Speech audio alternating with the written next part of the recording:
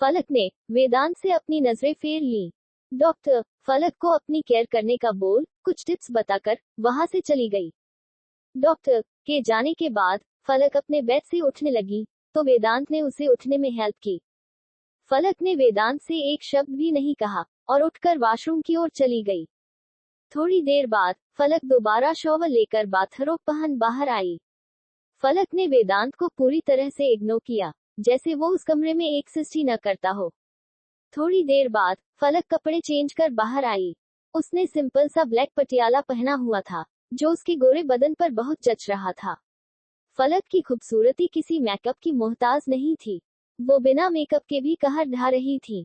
वेदांत उसे एकटक अपनी नीली आंखों से देख रहा था, मानो वो उसे स्कैन कर रहा हो। फलक वेदांत की इंटेंस नजरें खुद पर महसूस कर सकती थी, लेकिन उसने कोई रिएक्ट नहीं किया। फलक ने अपने बालों को क्लच किया और बैग लेकर जैसे ही रूम से निकलने को हुई, वेदांत ने उसकी कलाई को मजबूती से पकड़ लिया। उसके ऐसा करते ही फलक ने कसकर अपनी आंखें बंद ली, जैसे वो अपने गुस्से को कंट्रोल कर रही हो। हाथ छोड़िए मेरा, फलक ने बिना किसी भाव के कहा। What happened? क्या तुम खुश नहीं? वेदांत ने फलक को अपने इतने करीब करते हुए कहा कि वो दोनों एक दूसरे की गर्म सांसें अपने चेहरे पर भी महसूस कर सकते थे। मुझे अपनी बातें दोहराना पसंद नहीं। पहले तुम ये बताओ, क्या तुम इस बच्चे को अबॉर्ट करना चाहती हो? अगर हाँ, तो भूल जाओ कि वेदांत सिंघानिया कभी ऐसा होने देगा। वेदांत ने मॉकिंग स्माइल करते हुए कहा। तो फलक तंजिया मुस्कुरा दी, मानो वो खुद पर ही हंस रही हो। लेकिन उसने वेदांत से कुछ नहीं कहा। मुझे ऑफिस जाना है, तो आप दूर हटिए, फलक ने वेदांत की बाहों में कसमसाते हुए कहा, तो उसकी ग्रिप उस पर और भी ज्यादा टाइट हो गई। Answer me baby, I am not answerable, you are baby, you are, Vedant ने अपने वर्ड्स पर जोर देते हुए कहा। फलक ने एक गहरी सांस ली और अपनी सुनी बेजान सुर्ख पर चुकी आंखों से वेदांत नीली आंखों में देखते हुए बोली, मैं इतनी बड़ी वाली जालिम भी नहीं कि जानबूझकर अपने ही बच्चे की जान ले लूं। धोखा देना फलक की फितरत नहीं। Let me correct baby, you are not just a Falak, you are Falak Vedant Singhania, my baby, my wife, Vedant ने फलक के चबी चिक्स पर बाइट करते हुए कहा, तो फलक के हाथों की मुठ्ठियां कस ली। अब ये सब उसकी बर्दाश्त से बाहर हो गया था। स्टे अवे मिस्टर वेदांत सिंघानिया, फलक ने दांत पीसते हुए कहा और खुद को वेदांत से छुड़ाने लगी। लेकिन वो वेदांत ही क्या, जो अपनी बाबी को छोड़ दे। फलक ने अपनी सुर्ख अंगार बरसती ग्रे आई से वेदांत की ओर देखा। इसी के साथ उसके आंखों में ठहरे आंसू जिसे उसने कितने देर से सके रखा था, वो बह निकले। वेदांत ने जैसे ही उसके आंसुओं को पोंछना चाहा, फलक ने गुस्से उसके हाथों को झटक दिया। ये दिखावा बंद कीजिए, मैं तंग आ चुकी कि कब आप अच्छे इंसान हैं, तो कब आप बस अच्छे होने की एक्टिंग करते हैं। मैं रियल लाइफ में ऐसे झूठे प्यार के दिखावे करने की आदी नहीं हूँ। और जहाँ तक बात है बेबी की, तो मैं खुद चाहती थी कि मैं माँ बनूं, मेरे पेट में भी हमारा बेबी। इतना बोलकर फलक ने आंखें बंद कर गहरी ली और खुद को करेक्ट करते हुए बोली, मैं भी मेरे बच्चे को महसूस करना चाहती थी, उसके एक एक मूवमेंट को फील करना चाहती थी, लेकिन मैं अभी फिलहाल माँ बनने के लिए रेडी नहीं थी। अगर मैं अपनी माँ और ध्वनि को भी साइड कर दूं तब भी मैं रेडी नहीं थी। मेरा करियर, मेरा सपना अभी कुछ भी पूरा नहीं हुआ है, तो मैं किस बेसिस पर नई जिम्मेदारी ले सकती हूँ? सिर्फ आपकी वजह से मैं अभी बीच मझधार में फंस गई हूँ। मैं अपनी वजह से अपने बच्चे को माँ की कमी महसूस नहीं होने दे सकती, इसलिए मैं बेबी के बर्थ के बाद अपने करियर से या तो ब्रेक ले लूंगी या छोड़ दूंगी, फलक ने अपने एक एक शब्दों पर जोर देते हुए कहा। इस बीच उसकी आंखों से आंसू झर कर बह रहे थे। असल में फलक अपनी मैटरनिटी को फील करना चाहती थी। वो अपने बेबी को ज्यादा से ज्यादा टाइम देना चाहती थी, जब वो प्रेग्नेंट रहे तब भी और बेबी के इस दुनिया में आने के बाद भी। लेकिन वेदांत ने उसके सारे सपनों पर पानी फेर दिया। वही वेदांत एक टक फलक को ही देख रहा था, जिसका चेहरा रोने और ज्यादा गुस्सा करने की वजह से लाल हो गया था। वेदांत ने कुछ पल फलक को देखा, फिर उसे अकेला छोड़ उस बेडरूम से बाहर निकल गया। वेदांत के जाने के बाद फलक ने भी खुद को संभाला और वो भी उस बेडरूम से बाहर निकल गई। वहीं दूसरी ओर सोनम अपने आज का शूटिंग शेड्यूल पूरा कर घर लौट रही थी कि तभी उसके कार के सामने अचानक एक बाइक आ गई, जिसे बचाने के चक्कर में सोनम की कार रोड साइड पेड़ से टकरा गई। सोनम का सिर स्टीयरिंग से लग गया और वो वहीं बेहोश हो गई। जब सोनम की आंखें खुली तो उसने खुद के किसी नर्म चीज के ऊपर पाया इस एहसास से उसकी आंखें झटके से खुल गई। सोनम ने चारों ओर नजरें घुमाकर देखा। इस वक्त वो grey and black combination European design के किसी बड़े से बेडरूम में थी, जो दिखने में किसी 7 स्टार होटल के वीवीआईपी रूम से कम नहीं था। सोनम वहां रखी हर एक चीज देखकर बता सकती थी कि वो सारी चीजें कितनी एक्सपेंसिव और कितनी रेयर है। सोनम जो कुछ देर पहले डरी हुई थी, अब वो क्यूरोसिटी से उस पूरे रूम का जायजा ले रही थी। तभी उस बेडरूम का दरवाजा खुला, जिसकी आवाज सुन सोनम ने उस ओर देखा। इसी के साथ सोनम की हनी आइज किसी शख्स की डार्क ग्रे आइज से जा टकराए, और उस शख्स को देख सोनम की आंखें फटी की फटी रह गई। आप, सोनम ने हैरान होते हुए कहा।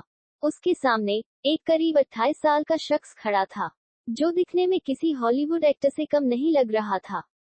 6 फुट की हाइट, गोरा रंग, शार्प जोलाइन, बियर्ड और कंधे के ऊपर तक आते बाल, जिसकी उसने पीछे एक चोटी बनाई हुई थी। वाइट टी शर्ट और ब्लैक ट्राउजर पहने वो शख्स दिखने में बेहद हैंडसम था। उसकी मस्कुलर बॉडी और उसके 8 पैक एब्स उसकी टाइट फिटिंग टी शर्ट से साफ नजर आ रहे थे। सोनम तो एक पल उसे देखती ही रह गई, लेकिन जल्द ही वो अपने सेंस में आ गई। समर भैया आप, सोनम ने थोड़ा हिचकिचाते हुए कहा। आखिर वो समर से पूरे 10 साल बाद जो मिल रही थी। समर, जिसके पतले होठों पर कुछ देर पहले एक कातिल मुस्कुराहट थी, वो सोनम के भैया कहते ही गायब हो गई, और उसकी जगह उसकी आंखें लाल हो गई। समर की ग्रे आंखों को यूं अचानक लाल होते देख एक पल के लिए सोनम भी घबरा गई। क्या हुआ भैया, आपकी आंखों को क्या हुआ? सोनम ने समर की ओर अपने कदम बढ़ाते हुए कहा। वही सोनम के मुंह से दोबारा भैया वर्ड सुन, समर के तन बदन में आग सी लग गई। समर ने अपने लंबे हाथ आगे बढ़ाकर सोनम की पतली कमर को पकड़ उसे अपने करीब खींच लिया। उसके ऐसा करते ही सोनम सीधा जाकर समर के मस्कुलर सीने से जा टकराए। सोनम ने अपनी छोटी सी नाक को सहलाते हुए कहा, और अपनी हनी आइज को छोटी कर समर को घूरने लगी, जो अपनी डार्क ग्रे आइज से उसके सुंदर चेहरे को ही घूर रहा था। उसके ऐसा देखने से सोनम अनकंफर्टेबल हो गई। वो उसकी बाहों में उससे छूटने के लिए कसमसाने लगी। वो जितना समर से छूटने की कोशिश करती, उसकी ग्रिप उस पर उतनी ही ज्यादा टाइट होती जा रही थी। समर भैया, आप ऐसा वियर्ड बिहेव क्यों कर रहे हो? छोड़िए मुझे आप, सोनम ने समर की बाहों में छटपटाते हुए कहा। तीसरी बार सोनम के मुंह से खुद के लिए भैया सुन, अब समर का सब्र जवाब दे गया। उसने बिना एक पल गवाए सोनम की गुलाब सी पंखुड़ियों वाले नर्म होठों पर अपने गर्म होठ रख दिए, और अपने दोनों होठों के बीच सोनम के होठों को दबाकर वो उन्हें चूमने लगा। समर के ऐसा करते ही सोनम हैरान रह गई। उसे तो समझ ही नहीं आ रहा था कि समर ने अभी किया तो किया क्या। जब उसे अपने होठों पर दर्द महसूस हुआ तो वो अपने सेंस में आई और समर के कंधे पर अपने हाथ रख उसे धकेलने लगी। लेकिन कहाँ नाजुक सी सोनम और कहाँ मस्कुलर बॉडी वाला समर। उन दोनों को तो देखकर ऐसा लग रहा था कि जैसे किसी शेर ने किसी चुहिया को पकड़ लिया हो। सोनम उसकी बाहों में छटपटाने लगी, तो वही समर अपने एक हाथ को सोनम की नाजुक सी कमर पर चला रहा था, तो वही उसका दूसरा हाथ सोनम के गर्दन के पीछे था। समर सोनम की टंग से अपने टंग को उलझाकर उसे फ्रेंच किस कर रहा था। जब उसे महसूस हुआ कि सोनम की सांसें अब उखड़ने लगी है, तो उसने उसके होठों को आजाद कर दिया। समर के किस ब्रेक करते ही सोनम लंबी लंबी सांसें लेने लगी। उसका गोरा चेहरा ठीक से सांस न ले पाने की वजह से लाल हो गया था। उसके होठ सूज गए थे, और उनमें खून की कुछ बूंदें भी उभर आई थी। सोनम की हनी आइज आंसुओं से डबडबाई हुई थी। इस मैसी लुक में भी सोनम बेहद क्यूट लग रही थी, जिसे देखकर समर की धड़कनें बढ़ चुकी थी। भैया आप, अभी सोनम ने इतना ही कहा था कि समर का नॉर्मल हो चुका चेहरा गुस्से से दोबारा काला पड़ गया, और उसने दोबारा सोनम के होठों को अपनी गिरफ्त में ले लिया, और उसे दोबारा और भी ज्यादा पैशनेटली किस करने लगा। करीब 20 मिनट की लॉन्ग किस के बाद समर ने उसे आजाद किया। अब तो सोनम की हालत और भी ज्यादा खराब हो गई। उसके आंखों का काजल आंसू साथ बहकर उसके गालों पर लकीर बनाता हुआ बह गया। भा शस हश honey, I am not your भैया, और अगर एक बार तुमने मुझे भैया कहा तो मैं आज ही बैड पर तुम्हें ऐसा बोलने के कंसीक्वेंसेस समझा दूंगा। And trust me, I am very bad in these things, summer ने आई विंक करते हुए कहा। तो सोनम की आंखें फटी की फटी रह गई। उसे तो ये ही समझ नहीं आ रहा था कि क्या ये वही समर है जिससे वो 10 साल पहले मिली थी। भा आई मीन मिस्टर मल्होत्रा, क्या आप ही वी के शख्स है जो मुझे रोज गुलाब भेजते थे? सोनम ने अपनी लाल आंखों से समर को घूरते हुए कहा, तो उसके चेहरे पर एक डेविल स्माइल आ गई। मेरे अलावा तुम्हें रोजेस भेजने की हिमाकत और कौन कर सकता है, हानी, समर ने सार्केस्टिकली कहा। तो सोनम के हाथों की मुट्ठियां कस गई। क्या मैं जान सकती हूँ कि आप ये सब क्यों कर रहे हैं, सोनम ने अपने एक एक शब्दों को चबाते हुए कहा। समर ने उसके सवालों का जवाब न देकर उसकी पतली नाजुक कमर को पकड़ उसे खुद के करीब सटा लिया। उसके ऐसा करते ही सोनम के हाथ अपने आप समर के कंधे पर चले गए। समर ने अपना चेहरा सोनम के खुले बालों के बीच छुपा लिया। उसके ऐसा करते ही सोनम अंदर तक सिहर उठी। वो समर की गर्म सांसें अपने कंधे पर महसूस कर सकती थी। उसके गाल धीरे धीरे सुर्ख लाल हो रहे थे। आज तुमने बहुत बड़ी गलती की, उस आदित्य कपूर को खुद को छूने देने की। उसे तो उसकी सजा मिल गई और तुम्हारे लिए आज का ये ट्रॉमा ही काफी है, समर ने एविल स्मर्क करते हुए कहा। तो सोनम की आंखें हैरानी से चौड़ी हो गई। क्या किया है आपने आदित्य के साथ, सोनम ने लगभग हकलाते हुए कहा। वही जब समर में सोनम की मीठी आवाज में आदित्य का नाम सुना तो उसके अंदर तक कड़वाहट घुल गई। समर ने अपने एक हाथ से सोनम के जबड़े को मजबूती से पकड़ा, जिससे सोनम की दर्द से आड़ निकल गई। लेकिन समर अपने गुस्से में इतना पागल हो गया था कि उसे सोनम के दर्द से कोई फर्क ही नहीं पड़ रहा था। उसे तो बस सोनम का आदित्य का नाम लेना ही याद आ रहा था, और आज उसकी और आदित्य की करीबी उसके उस हाथ को ही तोड़ दिया है जिससे उसने तुम्हारी कमर को छुआ था। मेरे अलावा तुम्हें और किसी के करीब जाने का हक नहीं है। अगर मैंने आज के बाद तुम्हें किसी और लड़के के करीब जाते देखा तो मैं खुद तुम्हारी जान ले लूंगा, समर ने दांत पीसते हुए कहा। तो सोनम अंदर तक कांप गई। उसे एक वक्त समर किसी डेविल से कम नहीं दिख रहा था। उसकी आंखों में उसे खुद के लिए अलग ही जुनून नजर आ रहा था, जो उसे डराने के लिए काफी था। वो इस वक्त सोनम को किसी मेंटल साइकोसन की आशिक से कम नहीं लग रहा था। सोनम ने उसे देखकर डर से अपना थूक निगल लिया। उसे अब किसी भी तरह इस कमरे से बाहर जाना था, समर से दूर जाना था, बहुत दूर।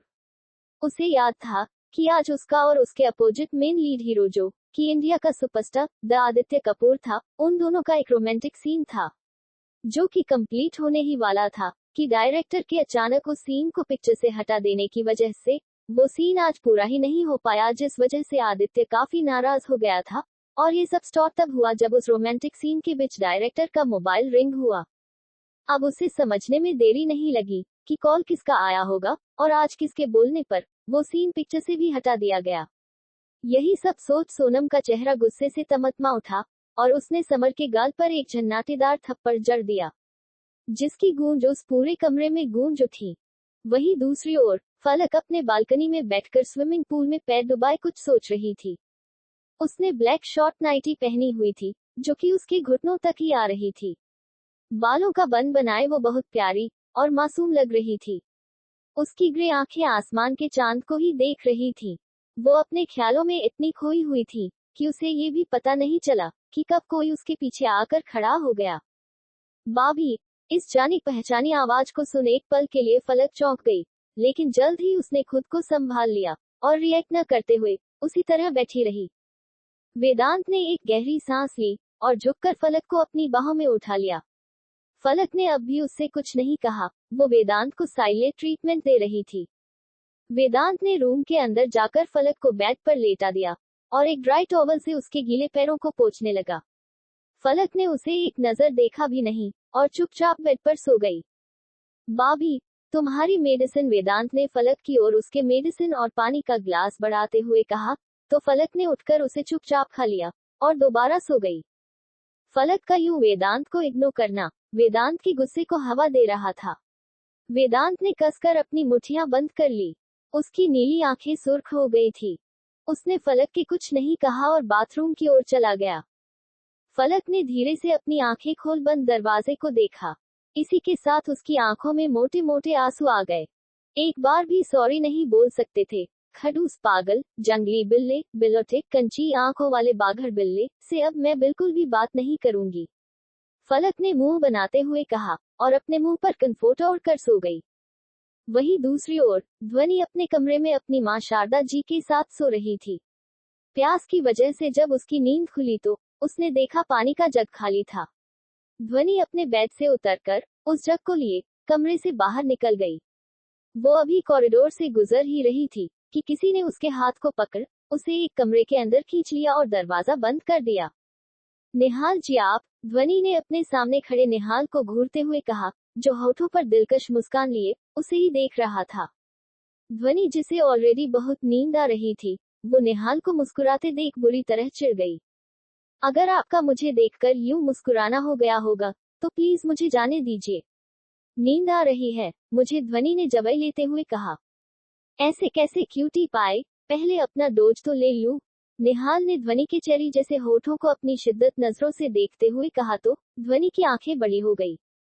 ध्वनि ने भौहें सिकोड़ते हुए कहा, इतनी रात को कौन ये सब करता है? आई एम क्यूटी पाए, निहाल ने अपने हस्की वॉइस में कहा और ध्वनि की पतली कमर में हाथ डाल उसे खुद से चिपका लिया। ध्वनि के हाथ अपने आप निहाल के सीने पर चले गए। वो भी शायद अब निहाल ने उसे भी बहका दिया था। निहाल ने नीचे झुककर ध्वनि के होठों को कैप्चर कर लिया तो ध्वनि ने भी उसकी शर्ट को अपनी मुट्ठी में भर लिया। करीब 20 मिनट की ब्रेथलेस लॉन्ग किस के बाद निहाल ने ध्वनि के होठों को छोड़ा। वो दोनों ही एक दूसरे से अलग होकर गहरी गहरी सांसें लेने लगे। ध्वनि का तो पूरा चेहरा अच्छे से सांस न लेने की वजह से लाल हो गया था। आई वॉन्ट यू नाउ, ध्वनि जो अभी तक अपनी सांसों को नॉर्मल करने में लगी हुई थी, वो निहाल की बातें सुन उसे आंखें बड़ी बड़ी कर देखने लगी। मैं ऐसा कुछ नहीं कर रही, ध्वनि ने झुंझलाते हुए कहा। But I want you badly, Nihal ने मदहोशी भरी आवाज में कहा तो एक पल के लिए ध्वनि भी उसकी उन कशिश भरी आंखों में देखने लगी। लेकिन जब उसे शारदा जी का ख्याल आया तो वो तुरंत ही अपने सेंस में आई और निहाल को खुद से दूर करते हुए बोली, बट मेरा ऐसा कोई मन नहीं है, तो आप ही सो जाए और मुझे भी सोने दीजिए। ध्वनि ने इतना कहा और निहाल को धक्का देकर उस रूम से बाहर निकल गई। निहाल ने गुस्से से दीवार में एक पंच मार दिया। आखिर ध्वनि ने बेचारे निहाल के बने बनाए मूड पर पानी जो फेर दिया था। निहाल ने खुद के इमोशंस को कंट्रोल करने के लिए दोबारा ठंडे पानी का शॉवर लिया और सिगरेट जलाकर बालकनी में आ गया। वहीं दूसरी ओर मुंबई से काफी दूर जंगलों के बीच बना बहुत बड़ा विला, जिसके बाहर SM वर्ल्ड लिखा हुआ था। उसके मास्टर बेडरूम में समर की बाहों में सोनम आराम से सो रही थी। उसके चेहरे पर आंसुओं के निशान थे जो अब सूख चुके थे। समर उसके बालों में हाथ फेर रहा था और कुछ पुरानी यादों में खो गया। फ्लैशबैक 2 महीने पहले इटली। समर मल्होत्रा यहाँ अपने वेपन्स की इलीगल डील के सिलसिले में आया हुआ था। उसकी खुद की कंपनी थी जो दुनिया की नजर में आर्म्स के लिए वेपन्स बनाती थी, लेकिन वो इन सब की आड़ में अपना इलीगल काम भी करता था।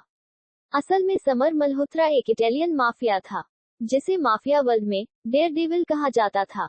समर मल्होत्रा वर्ल्ड के फेमस बिजनेस टाइकून में से एक समर्थ मल्होत्रा का इकलौता बेटा था, जिसकी अपने पापा से बिल्कुल नहीं बनती थी, क्योंकि उन्हें समर के माफिया होने से ऐतराज था। समर्थ मल्होत्रा के 2 बच्चे थे, एक समर और दूसरी शनाया मल्होत्रा, जिसकी 2 साल पहले ही कार एक्सीडेंट में मौत हो चुकी थी।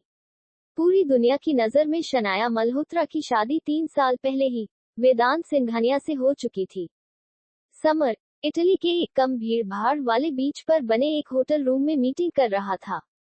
ये होटल भी समर का ही था, जिसके बारे में बहुत कम लोगों को ही पता था। उसकी डील सक्सेसफुल रही। इस डील के हो जाने से समर को 500 करोड़ का प्रॉफिट होने वाला था।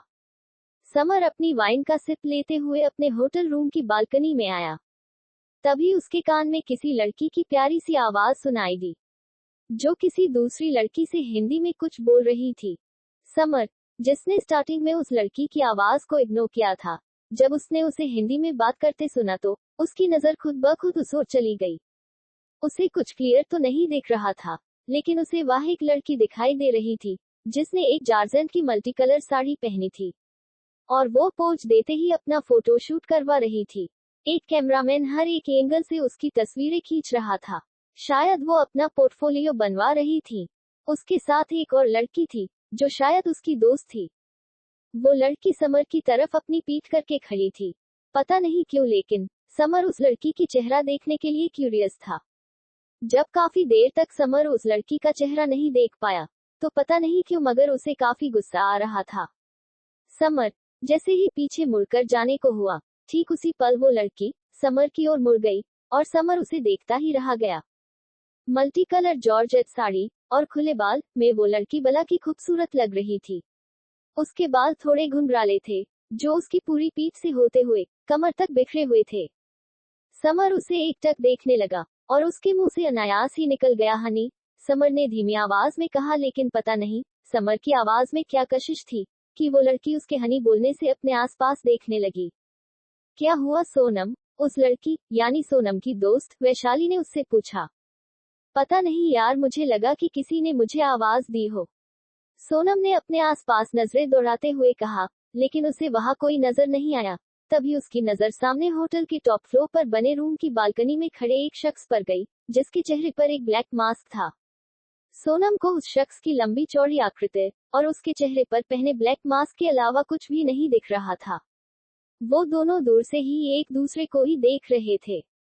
वैशाली की आवाज सुन सोनम ने उसकी ओर देखा और समर से नजरें फेर कैमरामैन के साथ दूसरी ओर चली गई। Flashback and. समर अभी यही सब सोच रहा था कि सोनम नींद में थोड़ा सा कसमसाए, लेकिन समर के प्यार से थपकी देने से वो नींद में ही मुस्करा दी और वो नींद में ही समर की कमर को पकड़कर सो गई। समर में एक नजर सोनम के खूबसूरत चेहरे को देखा। गोरा रंग, तीखे नैन नक्श, पतले लाल रंगत के होठ, सब कुछ एकदम परफेक्ट था। नैन नक्श से लेकर हाइट और फिगर सब कुछ एक मॉडल की तरह परफेक्ट था। समर को आज भी याद था कि सोनम बचपन में एक चबी लड़की थी जिसका सब मजाक उड़ाते थे, और वो उन सब की शिकायत अपने भाई वेदांत से न करके समर से करती थी, क्योंकि वो निहाल से ये सब बोलकर उसके सामने शर्मिंदा नहीं होना चाहती थी। वो उसे देखकर ही बता सकता था कि सोनम ने खुद की बॉडी को परफेक्ट शेप देने के लिए कितनी मेहनत की होगी। समर उस दिन इटली के बीच पर ही उसे देखकर पहचान गया था कि वो सोनम ही है। वो उससे 10 साल पहले एक फैमिली गेट टुगेदर में मिला था, लेकिन तब उसके चेहरे पर पावर वाला चश्मा लगा हुआ था। यही सब सोच समर मुस्कुरा दिया। अगली सुबह जब सोनम की नींद खुली तो उसने बेड पर खुद को अकेला पाया। सोनम ने नजरें चारों ओर दौड़ाई, लेकिन उसे समर कहीं दिखाई नहीं दिया। ये देख सोनम ने राहत की सांस ली। तभी किसी ने उसके कमरे का डोर नॉक किया। एक पल के लिए तो सोनम डर गई कि कहीं समर ही तो नहीं आ गया, लेकिन फिर उसने सोचा, अगर दरवाजे पर आने वाला शख्स समर होता तो वो नॉक करने के बजाय डायरेक्ट उसके कमरे में एंटर होता, जस्ट लाइक उसकी जिंदगी में। सोनम ने अपने ख्यालों को झटका और अंदर आने की परमिशन दी। दरवाजा खोलकर एक करीब 45 साल की औरत अंदर आई। सोनम ने अपनी भौहें चढ़ाकर उस औरत को घूरा। इससे पहले कि सोनम उस औरत से कुछ सवाल कर अपना सारा फ्रस्ट्रेशन उस पर निकलती, वो औरत खुद ही बोल पड़ी। गुड मॉर्निंग मैम, मेरा नाम सुमन है, इस विला की हाउस हेल्पर। मैम, सर का ऑर्डर है कि आप फ्रेश होकर नीचे ब्रेकफास्ट के लिए आ जाए। नाश्ते के बाद ड्राइवर आपको आपकी शूट की लोकेशन पर ड्रॉप कर देगा, और ये रहे आपके कपड़े। सुमन ने एक कपड़े का बैग सोनम की ओर बढ़ाते हुए कहा, तो सोनम की भौहें सिकुड़ गई। क्या तुम्हारी और तुम्हारे उस सो कॉल्ड बॉस की इतनी औकात भी है जो तुम दोनों सोनम सिंघानिया को ऑर्डर दे सको? मुझे नहीं पहननी तुम्हारे उस घाटिया बॉस की लाई हुई ये चीप ड्रेसेस, सोनम ने दांत पीसते हुए कहा, और अपने कल के कपड़े में ही उस विला से बाहर निकल आई। उसने अपने मोबाइल को देखा, जिसकी बैटरी डेड थी। चूंकि वो विला जंगल के बीचों बीच बना था, इसलिए वहां कैब तो मिलने से रही। सोनम ने मन मार कर वहां के ड्राइवर, जो कि अपनी कार में बैठा उसकी के ऑर्डर का ही वेट कर रहा था, उसे सिंघानिया मेंशन की ओर कार ले जाने के लिए कहा। कार से उतरकर सोनम ने उस ड्राइवर को अपना ब्रांडेड वॉच दे दिया, जो को काफी कॉस्टली था। नो मैम, मैं ये नहीं ले सकता, उस ड्राइवर ने मना करते हुए कहा। ले लो, वैसे भी तुम्हारी तो इतनी औकात भी नहीं कि कभी ऐसी वॉच को इतने करीब से देख सको। मैं तो तुम्हें पूरा का पूरा वॉच ही, वो क्या कहते हैं, हाँ, दान में दे रही हूँ, सोनम ने मॉकिंग स्माइल करते हुए कहा, और वहां से चली गई। वो ड्राइवर तो सोनम की बात सुनकर उदास ही हो गया। लाइफ में पहली बार किसी ने उसकी इतनी बुरी बेइज्जती की थी। बेचारे का तो चेहरा ही लटक गया। असल में सोनम ऐसी ही थी, घमंडी, रुड, बदतमीज। इसके पीछे भी एक रीजन ये था कि बचपन से लोग सोनम को उसके लुक्स को लेकर जज करते थे। उसे उसके स्कूल में बहुत बुली किया जाता था। वो इतना तो जानती थी कि जो भी उसे परेशान करते थे, वेदांत उन्हें दोबारा स्कूल आने लायक ही नहीं छोड़ता था, लेकिन इसका जिम्मेदार भी सब सोनम को ही समझते थे। इसलिए वो समय के साथ इतनी रूड और एरोगेंट हो गई, ताकि इससे पहले कि लोग उसे बुली करे, वो खुद ही उनकी इंसल्ट कर दिया करती थी। वहीं दूसरी ओर फलक अपने ऑफिस जाने के लिए रेडी हो रही थी। आज उस नेल पॉलिश लगाने का मन कर रहा था, तो वो आराम से सोफे पर बैठकर नेल पेंट लगा रही थी। तभी वेदांत शॉवर लेकर बाहर आया। बाथरोब पहने वेदांत को देखकर फलक की नजरें तो मानो उस पर जम सी गई। वेदांत के गीले मैसी हेयर जो उसके माथे पर बिखरे हुए थे, उनसे रिश्ता पानी वेदांत की शार्प जो लाइन से होता हुआ उसके ब्रॉड सीने में छुप रहा था। फलक की आंखें तो बस उन बहती हुई बूंदों को ही देख रही थी। जब वेदांत ने फलक को यूं उसके लुक पर खोए हुए देखा तो वेदांत के चेहरे पर डेविल स्माइल आ गई। उसने अपने कदम फलक की ओर बढ़ा दिया। फलक, जो वेदांत को देखने में खोई हुई थी, जब उसने वेदांत को अपने करीब आते देखा तो वो अपने सेंस में आई और उसने तुरंत वेदांत से अपनी नजरें फेर ली। उफ, फलक तू भी इस बेशर्म बाघड़ बिल्ले की संगत में रहकर अव्वल दर्जे की बेशर्म हो गई है। कैसे इस हैंडसम डेविल को ताड़ रही थी। अब देखना कैसे दुनिया भर का भाव खाएगा ये कंची आंखों वाला शैतान। हाँ नहीं तो, फलक धीरे से बुदबुदाई। बाबी, अगर दिल में जी भर के मेरी तारीफें करना हो गया हो तो मेरे मुंह पर भी तारीफें कर सकती हो। After all I am your and only your hubby, Vedant ने आई विंक करते हुए कहा तो फलक की आंखें छोटी हो गई। वो बोलना तो बहुत कुछ चाहती थी, लेकिन बेचारी उसे इतने दिनों से साइलेंट ट्रीटमेंट जो दे रही थी, तो अब वेदांत को सुनाकर वो अपने इतने दिनों की घोर तपस्या भंग नहीं करना चाहती थी। इसलिए उसने अपना मौन व्रत जारी रखा, जो सिर्फ वेदांत के लिए ही था। फलक दोबारा नेल पेंट लगाने लगी, तभी वेदांत ने उसके हाथों से उसका नेल पॉलिश छीन लिया। वेदांत के ऐसा करते ही फलक ने दांत पीस लिए, लेकिन मजाल है उसके मुंह से चू से चा निकला हो। उसकी आंखें तब हैरानी से बड़ी हो गई जब उसने वेदांत को उसके सामने पंजों के बल बैठकर उसके पैरों में नेल पॉलिश लगाते हुए देखा। फलक ने जैसे ही अपने पैरों को पीछे खींचना चाहा, वेदांत ने उसके पैरों को मजबूती से पकड़ लिया। मिस्टर सिंघानिया, हस्बैंड पैर नहीं छूते, फलक ने फाइनली अपना म्यूट का बटन ऑफ करते हुए कहा। बट आई विल, एंड सिर्फ पैर ही क्या, I will touch every inch of your soft delicate body baby, Vedant ने फलक के पैरों पर सेंशुअल तरीके से टच करते हुए कहा, तो फलक अंदर तक सिहर उठी। वेदांत का एक टच ही उसे पागल बनाने के लिए काफी था। मिस्टर सिंघानिया, आज हॉस्पिटल जाना था ना, फलक ने बात बदलते हुए कहा, क्योंकि वो बुरी तरह ब्लश कर रही थी। वेदांत ने फलक को नेल पेंट लगाते हुए कहा। फलक ने वेदांत को धूका देखा और अपनी आंखों को रोल करते हुए बोली, जितनी परफेक्शन से नेल पेंट लगा रहे हो, उससे तो यही लगता है काफी उम्दा एक्सपीरियंस है आपको। एक्सपीरियंस तो नहीं है, लेकिन वेदांत सिंघानिया को बिना परफेक्शन की चीजों नहीं पसंद, इसलिए तो तुम इस डार्क डेविल की क्वीन हो, वेदांत ने सार्वेस्टिकली कहा। तो फलक का मुंह बन गया। इट्स डन बाबी, एंड तुम अगर रेडी हो तो ब्रेकफास्ट कर लो, वेदांत ने इतना कहा था कि तभी उनका डोर नॉक हुआ और एक सर्वेंट हाथ में फूड ट्रॉली लेकर उसके बेडरूम में एंटर हुआ। फलक ने भी बिना न नुकुर किए ब्रेकफास्ट कर लिया। उसने वेदांत का इंतजार भी नहीं किया। आजकल उसे भूख बिल्कुल भी बर्दाश्त नहीं होती थी। थोड़ी देर में ही वो दोनों मुंबई के सबसे बड़े हॉस्पिटल आ गए। वेदांत और फलक दोनों ने ही अपने फेस पर मास्क लगाया हुआ था। वेदांत ने आज हर रोज की तरह बिजनेस सूट ना पहनकर denim jeans with maroon shirt पहनी हुई थी, जिसमें वो किसी रफ टफ चॉकलेटी बॉय से कम नहीं लग रहा था। फलक ने भी जीन्स और पिंक कुर्ती पहनी हुई थी। अभी फलक गायनेको डिपार्टमेंट की ओर जा ही रही थी कि तभी उसे एक जाना पहचाना चेहरा नजर आया। फलक ने मुड़कर देखा, इसी के साथ उसके चेहरे पर 440 वॉट की स्माइल आ गई। वेदांत जो फलक के आगे चल रहा था, जब उसे फलक के कदमों की आवाज रॉन्ग डायरेक्शन में जाती हुई सुनी, तो उसने मुड़कर पीछे की ओर देखा। इसी के साथ वेदांत का चेहरा सर्द हो गया और उसकी आंखें तो मानो अंगार उगलने लगी। वहीं दूसरी ओर ध्वनि के कॉलेज में ध्वनि और करण में जैसे ही इंटर हुए, उसके सामने आदर्श आ गया। जब निहाल ध्वनि को बचाने कॉटेज गया था, तब आदर्श कॉल में बात करने बाहर गया हुआ था, इसलिए वो उस दिन बच गया था। ऐसे अचानक सामने आने का रीजन, करण ने अपनी एक आईब्रो रेस करते हुए कहा, तो आदर्श बेशर्मी से मुस्कुरा दिया। उसकी नॉर्मल स्माइल ही इतनी जहरीली थी कि करण का चेहरा डार्क हो गया। बत्तीसी दिखाना हो गया हो तो सामने आने का रीजन बता, वरना करण सिंघानिया बत्तीसी तोड़ना भी जानता है। करण ने दांत किटकिटाते हुए कहा, अरे भाई तू इतना हाइपर क्यों हो रहा है? मैं तो बस तुझे कल मेरी बर्थडे पार्टी का इनविटेशन देने आया था। आफ्टर ऑल एक टाइम हम दोस्त थे। इसलिए मैं चाहूंगा कि तू कल पार्टी में जरूर आए, वरना लोग समझेंगे कि करण सिंघानिया का अपनी फीलिंग पे काबू नहीं, इसलिए वो पार्टी में ही नहीं आया, आदर्श ने कनिंग स्माइल करते हुए कहा। तो करण का चेहरा गुस्से से तमतमा गया, लेकिन आसपास ज्यादा स्टूडेंट को देख उसने ओवरएक्ट नहीं किया। मैं आऊंगा, करण ने इतना कहा और ध्वनि का हाथ पकड़ उसे वहां से लेकर चला गया। एंग्री यंग मैन, मैंने तो ये पार्टी सिर्फ तेरे लिए ही रखी है करण सिंघानिया। पार्टी में तेरे लिए ऐसा सरप्राइज है जिसे तू जिंदगी भर नहीं भूल सकेगा। बस वेट एंड वॉच, आदर्श ने टेढ़ी स्माइल चेहरे पर बिखेरे हुए कहा।